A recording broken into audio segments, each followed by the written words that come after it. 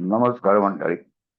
आपण उपाय पत्रिकेचे विश्लेषण करायचं आणि त्याच्या अनुषंगाने समोर आलेले उपाय, मी काय शब्द वापरतोय, तुम्ही नाही उपाय सांगायचे. पत्रिका तुम्हाला सांगते की इथे हे दुरुस्त करण्याची आवश्यकता आहे. हा ग्रह, ही राशी एक तर तुम्हाला बलवान करायचे किंवा विरोधी जी ग्रहस्थिती आहे, जी त्या घटनेमध्ये, त्या प्रश्नामध्ये विरोध करते आहे, त्याला सौम्य करायचं आहे किंवा त्याचं ओरिएंटेशन, त्याचं दिशा बदलायचे, फलिताची दिशा बदलायचे. तर उपाय म्हणजे काय ते सांगतो. आणि आता मी जी 3 वाक्य बोललो ते शक्य असतं का त्याचंही उत्तर देतो. उपाय याचा अर्थ असा, उप म्हणजे असिस्टंट, मदतनीस. हं? य म्हणजे यम न करणे, म्हणजे काहीतरी नियंत्रित करायला जी साधनं असतात, जी आयुध असतात, त्यांना उपाय असं म्हणतात. आता हे उपाय, हं, तो काही जणांना असं वाटतं की उपाय करून काय फायदा, जे होणार आहे ते होणारच आहे. मग अगदी खरं सांगायचं तर जे होणार आहे ते 100% जसे ज्या तसं होणार असेल तर भविष्य तरी का बघायचं, त्याचाही काहीच उपयोग नाही ना. मला जर का 100% गोष्टी अपरिवर्तनीय असतील तर बऱ्याच जणांना प्रारब्ध, हा, आणि कर्मातून उमललेलं भविष्य, दोन शब्द लक्षात ठेवा. प्रारब्ध ही वेगळी गोष्ट आहे, हा, आणि कर्मातून उमललेलं, कर्माचा प्रतिसाद म्हणजे भविष्य. मग कर्मावर नियंत्रण ठेवणे, कर्माला, प्रसंगाला योग्य कर्म करणे, यासाठी जी आयुध आहेत त्यांना आपण उपाय म्हणतो. उपाय केल्याने, उपायाची व्याख्या काय सांगितली तुम्हाला की उपाय ते कशाला उपाय आहेत, तर कर्माला. मग भविष्याची व्याख्या काय, की कर्माचा प्रतिसाद म्हणजे भविष्य. मग कर्माची व्याख्या काय, कर्म म्हणजे आपल्यात ज्या क्षमता अंगीभूत आहेत त्या आपण शरीर, मन, बुद्धी, चित्त आणि विवेक, या 5 घटकांनी, जसे पंचामृत आहेत, जसे 5 महाभूत आहेत, तसे हे 5 घटक माणसामध्ये आहेत. आपल्या क्षमता ज्या आपण अक्वायर करतो, काही मुळात मिळतात, म्हणजे ज्याला जेनेटिकली म्हणतो. काही मुळात मिळालेल्या क्षमता, काही अभ्यासातून, अनुभवातून, विचार करण्यातनं आपण प्राप्त करून घेतलेल्या क्षमता. ह्या अडचण काय आहे की योग्य वेळी, योग्य प्रसंगी वापरण्यासाठी माझ्याकडे आयुध पाहिजे. आयुध पाहिजेत माझ्याकडे. स्क्रू कसा पिळायचा ते माहिती आहे मला, पिळण्याची आवश्यकता आहे तेही कळलं आहे मला पत्रिकेनुसार. पण स्क्रू ड्रायव्हर पाहिजे माझ्याकडे, तर मला ते ज्ञान आहे ते त्यावेळी त्या क्षणी वापरता येईल. आणि एखादी गोष्ट जी निघणार होती, निखळून पडणार होती, ती मला थांबवता येईल. म्हणजे मी त्या घटनेचं भविष्य बदललं का, असा नाही संबंध. त्या भविष्यातच 2 भाग होते, की असं होऊ शकेल, आता होऊ शकेल आणि तू थांबवू शकशील.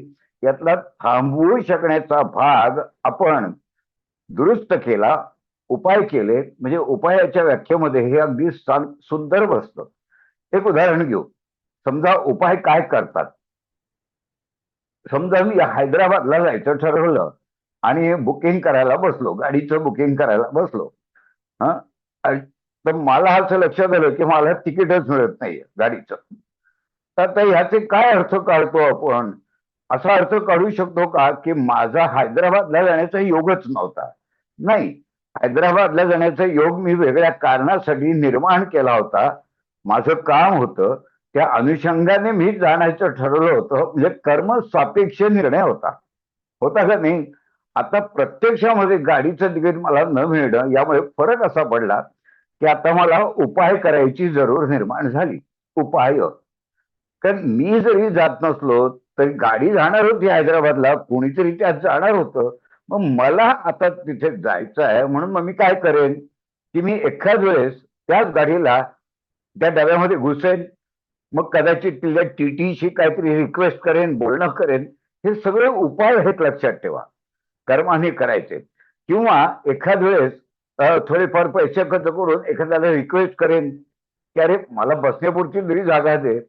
आता ह्यामध्ये झालं असं की माझी जी कम्फर्टेबल जर्नी झाली असती ती काय झाली नाही.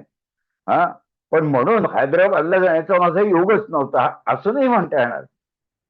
तर याचा अर्थ घटनेमधले बारकावे, बारीक बारीक छटा, बारीक बारीक कंगोरे आपल्याला कर्माने विनंती करून, आयुध वापरून, आपल्या क्षमता वापरून, विनंती करणे ही सुद्धा आपली क्षमताच आहे लक्षात ठेवा. आपल्या क्षमता वापरून दुरुस्त करता येतात. आणि जेव्हा ह्या करून मी हैदराबादला पोचतो, ते माझं काम होतं, तेव्हा त्या कामाचा जो बेनिफिट आहे तो माझ्या क्षमतांमध्ये कायमची वाढ करतो. नोकरी मिळवायची म्हणून मी जाणार होतो तिकडे, तर काही काळ असेना मी गेलो, इंटरव्ह्यू झाला, मला नोकरी मिळाली. या सगळ्याच गोष्टी केवळ मला तिकीट मिळालं नाही यामुळे बाद होत नाही, हे कायमचं लक्षात ठेवा. हा जो गैरसमज आहे ना, अनेक ज्योतिषांमध्ये गैरसमज आहे. ठरलंच होतं. ठरलं काय होतं, तर मला पत्रिकेत हे बघायचं आहे की मला नोकरी मिळण्याचे योग आहेत ते बलवान करायचे आहेत. मग काय होतं, नोकरी मिळण्याचे योग मी जेव्हा बलवान करतो पत्रिका बघून, तिथे काही गडबड करायची नाही आपल्याला. तुझी क्षमता आहे म्हणून तू अपेक्षा करतोस की इंटरव्ह्यू मला हरकत नाही, मला मिळू शकते, माझी क्षमता आहे म्हणून तू ठरवतोस, म्हणून तू तिथे जातोस. बरोबर. आता प्रश्न असा आहे की नोकरी मिळण्याची जे उपाय करतो ते पत्रिकेत समजतात. कुठलीही घटना तुम्हाला पत्रिका विश्लेषण आणि उपाय असं ते आपल्या परवापासून 12 तारखेपासून जो क्लास चालू होते तिथे एक्झॅक्टली स्वरूप असं आहे. तर एक असं लक्षात घ्या की पत्रिकेनुसार कुठलीच घटना 100% होईल किंवा 100% होणार नाही अशी इंडिकेशन मिळत नाही. बरोबर. अशी इंडिकेशन मिळतात की 5 घटक मला गोळा करायचे. किती? 5 घटकांनी जर पत्रिकेतल्या मला सांगितलं की ही गोष्ट नक्की होईल, या कालखंडात होईल, तर मी खूप कॉन्फिडेंटली ते भविष्य सांगू शकतो की नाही चिंता करू नको, 5-10 दिवस इकडे तिकडे या कालखंडात नोकरी तुला नक्की लागेल. 5 घटकांचं धागे तिथे मला सापडले पाहिजेत. 5 घटकांचे. त्यात काही पत्रिकेत काय होईल, 3 सापडतील, 2 विरोधात जातील. मग तिथे उपाय ह्या प्रकाराची सुरुवात झाली. प्रत्येक वेळी जवळजवळ उपाय करायला लागतात. ती घटना घडूनच गेली असेल तर काही नाही करायचं उपाय, परंतु घटना घडण्यापूर्वी आपल्याला ते उपाय करता येतात. कारण 3 घटक मला सांगतायत की तुझी क्षमता यावेळेला वापरली जाऊ शकते आणि 2 घटक विरोध करतायत. तर आपण उपाय कसे करायचे, आपण बघूया की पत्रिका काय गायडन्स देते आणि उपाय करतो म्हणजे काय करतो. आपल्याला पत्रिकेमध्ये हे ठरवायचं असतं आणि ते फार सोपेपणाने ठरवता येतं की कुठला ग्रह कशाची जोडल्याने माझं काम होणार आहे आणि ह्या प्रक्रियेमध्ये कुठला ग्रह मला विरोध करतोय. म्हणजे मदतनीस ग्रह शोधायचे, मदतनीस राशी शोधायच्या, मदतनीस भाव शोधायचे. ग्रह राशी भाव समोर असतात त्या गोष्टी. या 3 गोष्टी शोधून त्या प्रसंगाला आपण तोंड कसं द्यायचं याचे उपाय पत्रिका स्वतः सांगते. त्या ग्रह दशमातला ग्रह तुला सापडतोय ना, मग तो बलवान करण्याचे उपाय तुला केले पाहिजेत. म्हणजे 3ची व्हॅल्यू, 3 उपाय, 3 गोष्टी फेवरेबल आहेत, 3ची व्हॅल्यू आपण 90 पर्यंत पुढे नेतो. मग हे 2 ज्या विरोधी गोष्टी आहेत त्या मागे पडतात किंवा त्या सौम्य करण्याचे उपाय करता येतात. इतकं सोपं गणित आहे की मला नोकरी लागण्यासाठी जे घटक, आम्ही त्याला गमतीने त्या खेळामधले खेळाडू म्हणतो. तुमची चूक कुठे होते, पहिल्यांदा उपाय करायचे सुचनेबद्दल एक तर स्टँडर्ड उपाय करून काहीच फायदा होत नाही, कारण तुमच्या पत्रिकेचा रेफरन्सच नसतो. कर्म सक्षम आणि कर्म साक्षी करणं हा उपायांचा उद्देश आहे. उपाय केल्याने नोकरी लागत नाही, उपाय केल्याने तुम्ही कर्म सक्षम म्हणजे आत्ता पोटेन्शियल वापरायला, potential up to the optimum level. आज जर माझा इंटरव्ह्यू असेल तर माझं पोटेन्शियल जे काय आहे ते नाही वाढणार, पण ते ऑप्टिमम लेवलला मला नेता येईल एक. आणि या क्षणी या प्रसंगी त्याचा वापर करता येईल, म्हणजे कर्म सक्षम आणि कर्म साक्षी हे करणं हा त्या उपायांचा उद्देश आहे. आणि ते अगदी सोपं आहे, कारण पत्रिका हा जगातला, लक्षात ठेवा पुढचं वाक्य, पत्रिका हा जगातला एकमेव घटक असा आहे, एकमेव की जो बरोबर तुम्हाला सांगतो की तुमच्या क्षमता काय, आज त्या ऑप्टिमली कशा यूज करायच्या आणि या दिवशी त्याची काय टेक्निक आहे, टेक्निक वापरण्याचं टेक्निक, याला उपाय म्हणतो आपण. उपाय याला नाही म्हणत की मेमरी चांगली नाही ती मेमरीच वाढवली, याला नाही उपाय म्हणत आपण. उपाय तुम्हाला कर्म सक्षम आणि कर्मसाक्षी करतात. किती प्रकार असतात उपायांचे, तर पहिलं म्हणजे 5 घटक सांगतो. अक्षर, अक्षरामध्ये काय उपाय आहेत आपण ते सांगणार आहोत. पत्रिका स्टुडंटच्या, तुमच्या, माझ्या क्लासला ऑलरेडी 50 जण झालेले आहेत. पत्रिका तुमच्याकडूनच घेणार ही स्ट्रिक्टली. माझीच पत्रिका, माझाच माणूस, मीच म्हटलं असून यापैकी काही होणार नाही क्लासमध्ये. तर पत्रिका तुम्ही दिलेल्या, तुम्ही समस्या सांगितल्यावर मी उलगडून दाखवेन की ग्रहस्थिती अशी अशी आहे, हे अनुकूल हे प्रतिकूल, याचा जोर वाढवण्यासाठी उपाय. अक्षर, अक्षरात 2 प्रकार आहे. अक्षर हे तुमच्या नावात पण असतं आणि अक्षर म्हणजे अक्षरातनं शब्द, शब्दातनं त्याची रचना, वाक्य, मंत्र, मंत्र शक्ती. अक्षर अक्षर नाश पावत नाहीत अशा कॉस्मिक ऊर्जेला अक्षर म्हणतात. मग तुमच्या नावातलं अक्षर आणि पुढचं घटक आहे. बरेच प्रकार आहेत मंत्रशास्त्राचे, स्तोत्र म्हणता येतं, मंत्र म्हणतात. पण प्रत्यक्ष उद्या जर घटना असेल तर स्तोत्र मंत्राचा उपयोग होत नाही फारसा, कारण त्याचा बॅकग्राऊंड असायला लागतो. बरोबर. मग अक्षराचा दुसरा उपयोग आहे, तो मात्र प्रसंग टॅकल करतो. एक उदाहरण सांगतो तुम्हाला. पाठीचे कणे असतात त्याला मी पाठीच्या कणेचे विकार या क्लासमध्ये त्या पाठीच्या कण्याला अक्षर जोडलेली आहेत, अक्षर. आणि ती अक्षर, त्या अक्षराची देवता, त्या अक्षराचा रंग, एवढे सगळे प्रकार, त्या रंगशलाका निर्मिती करून त्या मणक्यावर फायर करायची, असा एक उपाय तयार झाला. कशातनं? अक्षरातनं. अक्षर, अल्फाबेट्स, अल्फा आणि बीटा रेस त्यातनं आपण फायर करतो. दुसरं एक असं लक्षात घ्या, तुमचं नाव आहे, अंक पण घ्यायचे आपल्याला. अंक कसे घ्यायचे? तर तुमचं नाव, स्पेलिंग, तुमची जन्मतारीख याचं कॉम्बिनेशन करून मी तुम्हाला या क्लासमध्ये काही सूत्र सांगितलेली आहेत. छापील दिले तर सूत्र सांगितले, जे नुसती सांगितली नाहीयेत. त्या सूत्रांनुसार तुम्हाला कोऑपरेशनचा डिजिट, अंक काढता येतो. तो विशिष्ट प्रकारे छापायचा असतो. ती छापील प्रतिकृती म्हणजे ज्याला आर्ट वर्क म्हणतात, तेही मी तुम्हाला देऊन टाकलाय. म्हणजे तुम्हाला त्या माणसाचा अंक काढायचा, 1 ते 9 पैकी कुठला अंक त्याला कोऑपरेशन देणार आहे तो ठरवायचा. तो त्यांनी खिशात ठेवायचा इंटरव्ह्यूच्या दिवशी. किंवा कुठला अंक नोकरी प्राप्तीचा आहे तसा पण एक अंक आहे. त्याच्यानंतर एक अंक असा आहे की जो इच्छापूर्ती. आता हे अंक काय लागू पडतात? कारण ते तुमच्या नावाशी आणि तुमच्या जन्मतारखेशी बांधलेले अंक आहेत. जगात एकाही न्यूमरॉलॉजिस्टने, ह्या तुझं सांगतो मी तुम्हाला, अशा तऱ्हेची सूत्र निर्माणच केली नसल्यामुळे न्यूमरॉलॉजिकली इच्छापूर्तीचा अंक काढायचा. त्याचं माझं ऍप सुद्धा आहे. म्हणजे असं काही त्यात भव्य दिव्य वाटायला नको. 10 वर्ष लोक ऍप वापरत आहेत, त्याचा प्रचंड फायदाही घेत आहेत. तुमच्या पीडीएफ मध्ये ते दिलेलं आहे. म्हणजे अक्षरांचा वापर मंत्र साधना आणि न्यूमरॉलॉजिकली, अंकाचा वापर न्यूमरॉलॉजिकली आणि आणखीन एका प्रकारे करता येतो. त्या पीडीएफ मध्ये एक असं पेज आहे, अंक जागृती, अंक चेतना वृद्धी असं त्याचं त्या नाव आहे पीडीएफचं. म्हणजे काय माहितीये का, समजा तुमच्या दशमात गुरु आहे, त्याचे उपाय आपल्याला सांगायचे. मग अंकीय उपाय काय सांगायचे? अंकीय गुरुचा अंक 3 आहे, हे तर ते दिलेलं आहे मी तुम्हाला त्या ह्याच्यात पीडीएफ मध्ये. 3 अंक स्टिम्युलेट कुठल्या अंकाने होतो असं एक सूत्र दिलंय. अंक चेतना वृद्धी असं दिलंय. मग तुम्हाला माहितीये की ह्या चेतना वृद्धी करणाऱ्या अंकाला मनोभावे तो अंक डोळ्यासमोर आणून कुठल्या रंगात तेही दिलाय. त्याची आपल्याला पूजा करायची, मानस पूजा करायची, नमस्कार करायचे त्या अंकाला. त्यामुळे काय होईल, तो अंक या अंकाची चेतना वृद्धी करेल की जो ग्रह दशमात पडलाय. हे मी तुम्हाला उदाहरण म्हणून नोकरीचं सांगतोय. जगातली प्रत्येक समस्या या माध्यमातून तुम्हाला टॅकल करता येईल. हे 2 प्रकार झाले, अंक, अक्षर.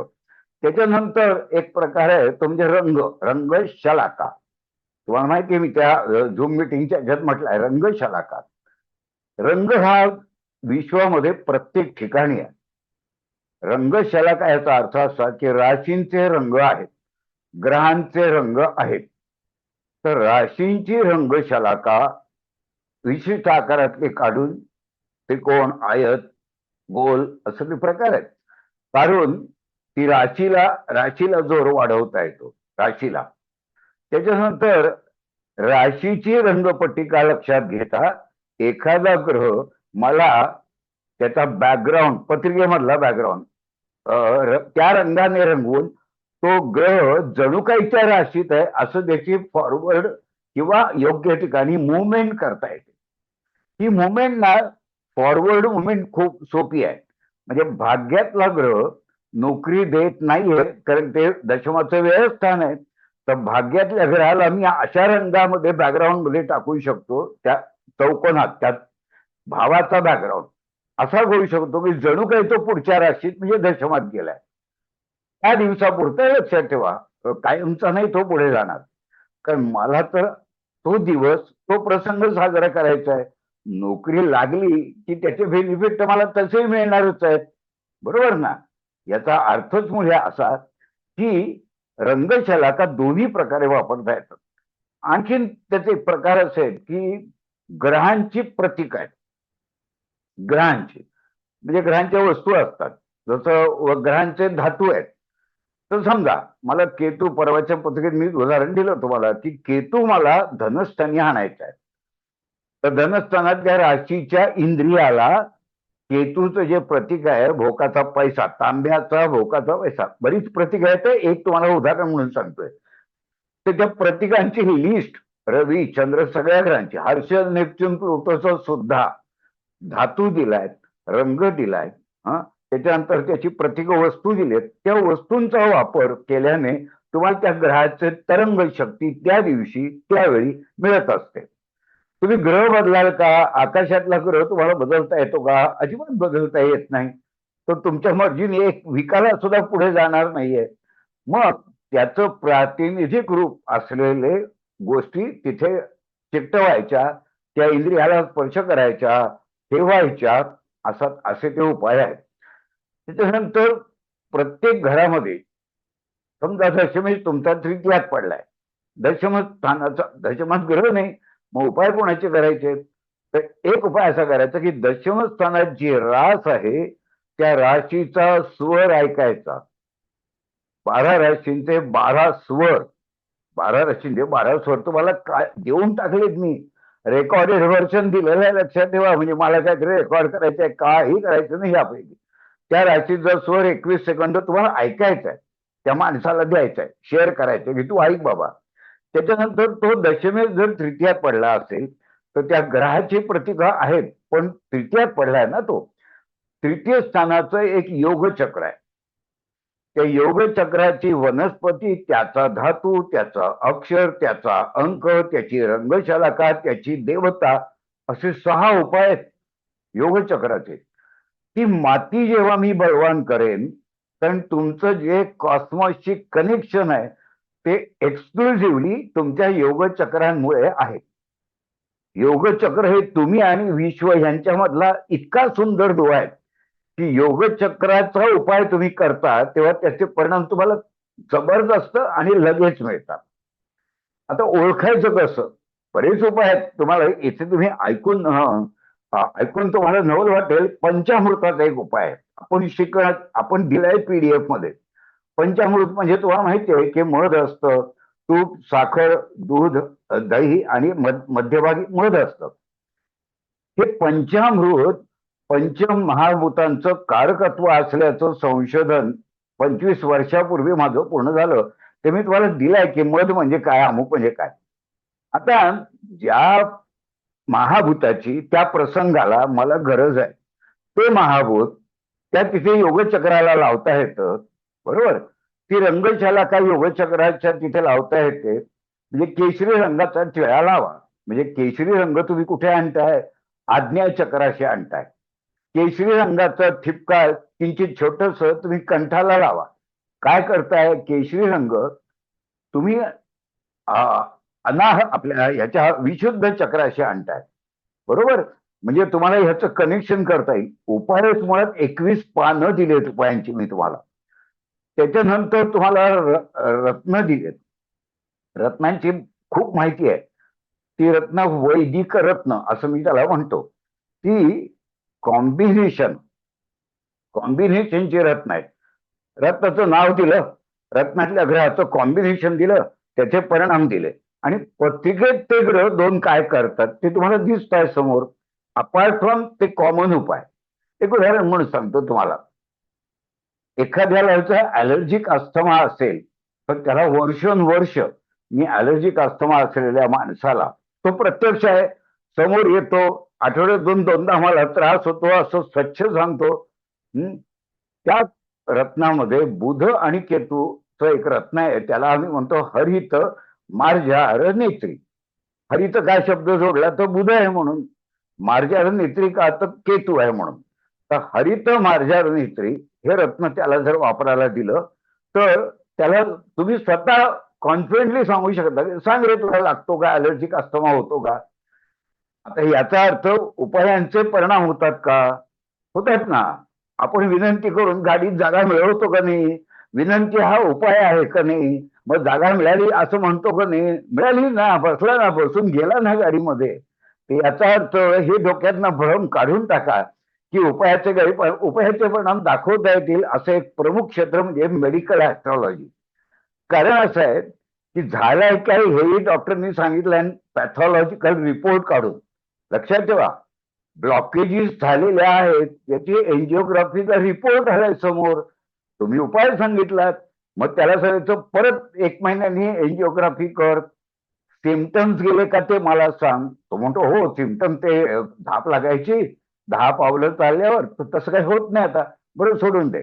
डॉक्टरला एन्जिओग्राफी करून किंवा तुरी एकोचा टेस्ट घेऊन विचार की आता ब्लॉकेजेस किती आहेत. मग आता इथं असं म्हणायचं की तुम्ही 15 दिवसात जे उपाय केले त्याचा काहीच नाही फरक पडला, मग तो माणूस वेडा असं म्हणायला पाहिजे. हा, काय डॉक्टरला पण म्हणत नव्हता की तुमचं ब्लॉकेज असंच जाईल, नाही ना, तो म्हणत नव्हता ना. त्यांनी तो एनजीओ प्लास्टिक करायची तयारी केली होती, तुम्हाला ते मान्य होतं. परिणाम झाला का याचं एक सोपं लॉजिक असं आहे की जी गोष्ट तुम्हाला असं जाणवते की माझ्या क्षमतेमध्ये नक्की झालीच नसते पण झाली, जे गोष्ट मला कळतच नव्हती ती डॉक्टरच्या आधी उपाय, तर डॉक्टरच्या उपायांना माझ्या उपायांनी सपोर्ट मिळाला का? 100% मिळाला.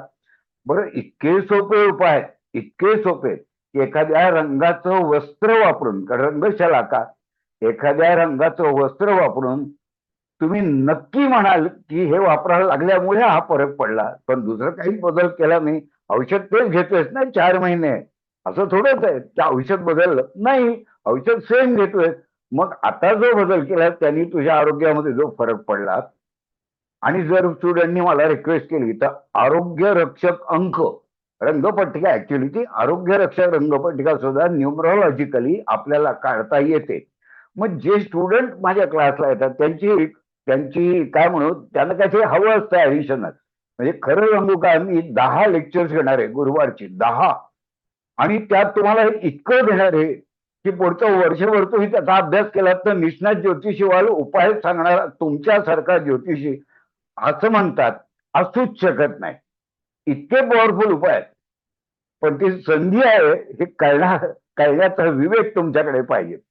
तो विवेक, काही जण संकटाला संधी, म्हणजे संधी आणि संकट यातला फरक सुद्धा ज्याला कळत नाही तो ज्योतिषी कसा होईल मला सांगा. तुला बेसिक विवेक पण नाही तुझ्याकडे की मी काय शिकतोय त्यात घेण्यासारखं काय आहे का नाहीये, तो संकटालाच कवटाळतो. हा, आणि काही वेळा समजा माझं बरोबर येतं, ते काय बरोबर येतं माहिती का, तू 1 रुपयाचा अभ्यास नसता केला तरी बरोबर असतं, ते तुझं बरोबर येत आहे. त्याचं काय कौतुक सांगतो, आयुष्य कशाला फुकट घालवतो तू नको त्या गोष्टीत.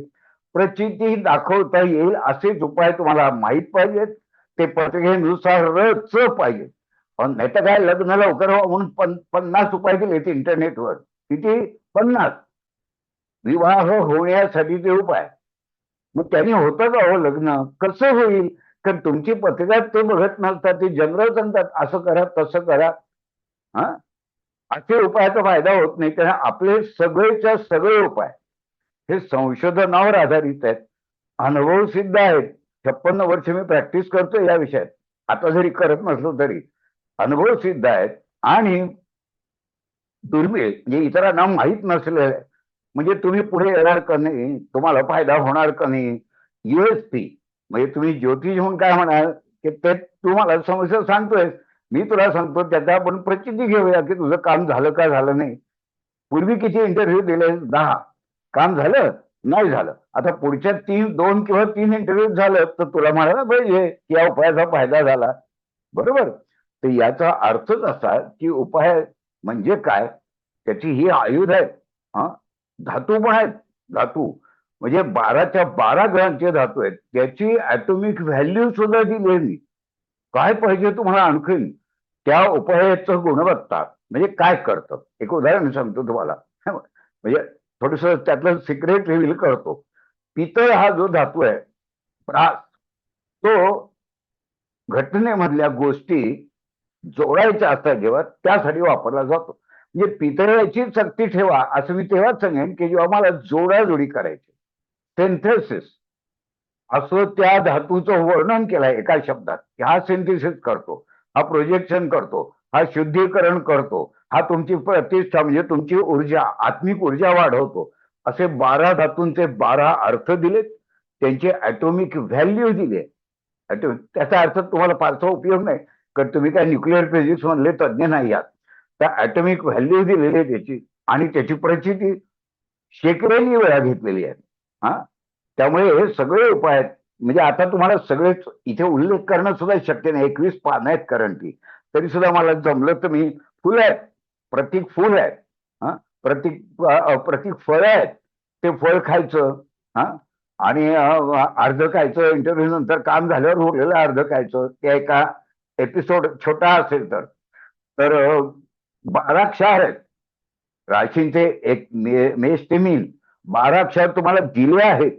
मी त्यात तुम्हाला चक्क सांगितलंय की अमुक राशीपासून अमुक क्षार, तुमची रासमेष आहे तर कुठला क्षार तुमचं आरोग्य सुधारतं, तो कसा खायचा, फक्त जिभेचं टोक लावायचं आहे सकाळी त्याला, इतका सोपा उपाय.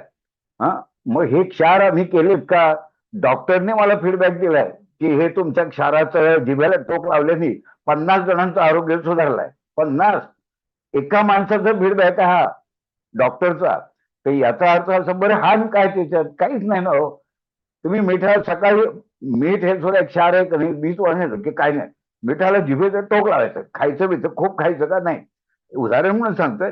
परंतु असे क्षार 12 क्षार आहेत, ते लिहून दिले, कुठल्या राशीचा कुठला क्षार त्या राशीने खायचा आरोग्यासाठी. तो क्षार खाऊन जर तुम्ही दशमातल्या राशीचा क्षाराला टच करून जर केला तर इंटरव्ह्यू चांगला जाईल. का माहितीये का, तुमची बायोकेमिकल जी काही सायकल आहे ती ट्यून झाली असत्या त्या घटनेशी, दशमाशी, सोर्स ऑफ इन्कमशी ट्यून झालाय ना तुम्ही. आणि सगळ्या घटना या आयत्या वेळी घडत नाहीत, तुम्हाला आयत्या वेळेला फक्त ट्युनिंग मध्ये येता येतं.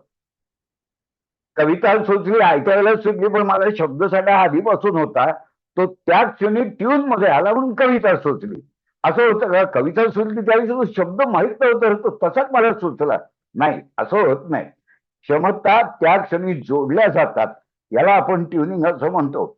आणि म्हणून पत्रिका विश्लेषण तर इतकं सोपं करतो आपण, इतकं सोपं, आणि तुम्हाला ओपन चॅलेंज देतो की सांगा बरं ह्यापेक्षा वेगळ्या प्रकारे तुम्हाला समजेल का पत्रिका.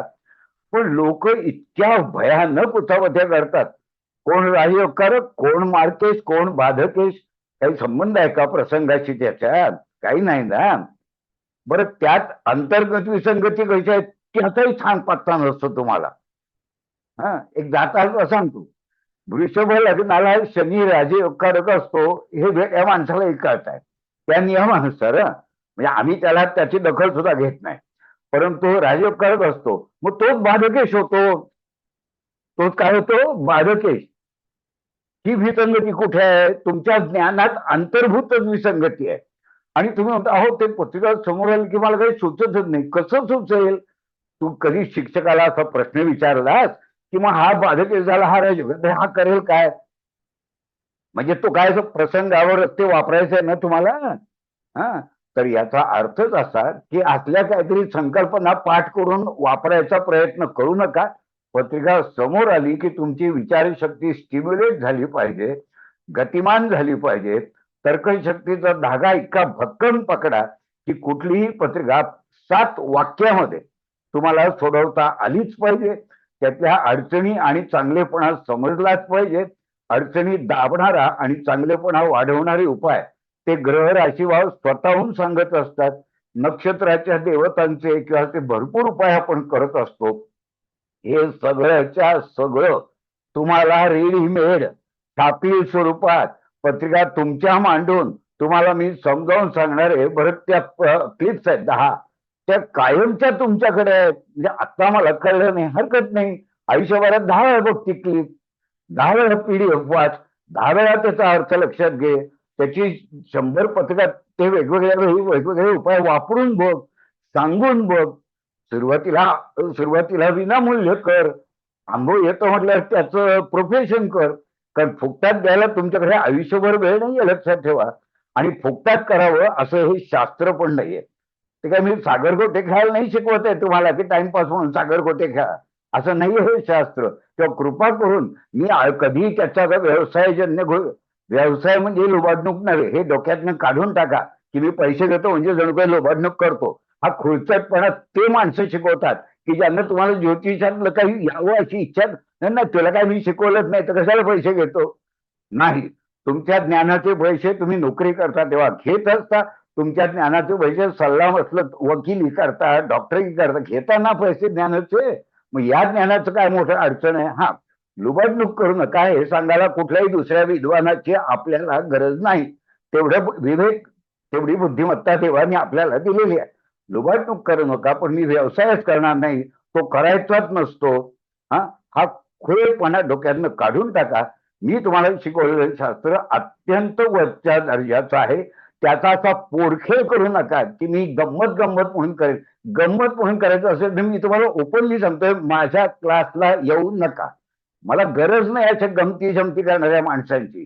हा, आणि गमती शमती करायला 3,000 रुपये फी भरून यायचंच का मुळात तुम्ही? तुम्हाला गंमत जमत करेल नका येऊ ना. 3,000 रुपये कशाला भरता? 3,000 रुपये भरला तर मी शिकवणार ज्ञान हे 3,00,000चं आहे. हे लक्षात आलं तर या, नाहीतर तुम्ही आहात ते बरे आहात असं लक्षात ठेवा. आणि म्हणून याचा संधीचा परवा गुरुवारपासून 7:30ला क्लास चालू होतोय आणि 10 गुरुवार आहेत. आणि तुमच्या रिक्वायरमेंट क्लास चालू असताना 2.5 महिन्यात तुमचे फीडबॅक, म्हणजे ते आपण बोललो ते झालं का झालं नाही, जर ती घटना होणार असेल 2 महिन्यात तोही आपण घेणार आहोत. इतका सगळा अद्भुत गोष्टी, इतका सगळं कॉन्फिडेंटली विथ अ कन्व्हिक्शन मी तुम्हाला सांगणार असल्यामुळे या संधीचा जबरदस्त फायदा तुम्ही घ्यावा अशी माझी इच्छा आहे. अशी तुम्हाला कळकळीची विनंती आहे. आता उर्वरित सर्व विचार मी तुमच्या विवेकावर सोपवतो. संधी आणि संकटातला भेद तुम्हाला कळत असेल तर तुम्ही ती गोष्ट नक्की कराल. मला जावंही विचारण्याचा तुम्हाला अधिकार आहे की शिकल्यानंतर की सर हे असं होतं, ओके. कारण मी 24 तास तुमच्यासाठी उपलब्ध असलेला ज्योतिष आहे. मी माझ्या सेक्रेटरीला नाही फोन घ्यायला सांगत. तुमचा फोन आल्यावर मी स्वतः बोलतो. तुमचा फोन मी घेतला नाही तर मी स्वतःहून फोन करून तुम्हाला विचारतो की कशासाठी फोन केला होता, काय शंका आहे तुम्हाला. असा कोणीही क्लासचा शिक्षक तुम्हाला आढळणार नाही. तर मी सल्लामसलत करत नाही. त्यामुळे तुम्हाला उत्तम सल्लागार करायचा आहे, मला तुम्हाला चांगलं ज्योतिषी करायचं आहे. याचा अर्थच असा की इतकी ज्याची तळमळ आहे, तो तुमच्या विवेकामध्ये ते प्रतिबिंब पडलं असेल तळमळीचं, तर तुम्ही योग्य असा निर्णय घ्याल. आणि उद्या, आज, उद्या आणि परवा गुरुवारी, तर मी उद्या नोट्स उद्याच देणार आहे. पीडीएफ मी उद्याच देतोय माझ्या स्टुडंटना. 50 जण ऑलरेडी झाले, तर लक्षात ठेवा. म्हणजे तुम्ही आला नाही तर माझं कसं होणार असं काहीतरी समजू नका. 50 जण त्या क्लासला आलेले आहेत, तेव्हा ही काही चिंता नाही. चिंता तुम्ही करायची की मी यायचं का नाही, उरलेल्या काय 70-80 लोकांमध्ये तुमचा नंबर येईल का नाही हे तुम्ही बघायचं आहे. आणि म्हणून तुम्ही याचा विचार करा. आणि आता मी विषयाची मांडणी म्हणून केलं, बोलावं तेवढं थोडं खरं सांगायचं तर बऱ्याच गोष्टी तुम्ही आत्मभानातून विकसित करायच्या असतात. विचार करा मी काय बोलतोय त्याच्यावर आणि योग्य तो निर्णय घ्या. एवढं बोलून मी ते माझं रेकॉर्डिंग थांबवतो.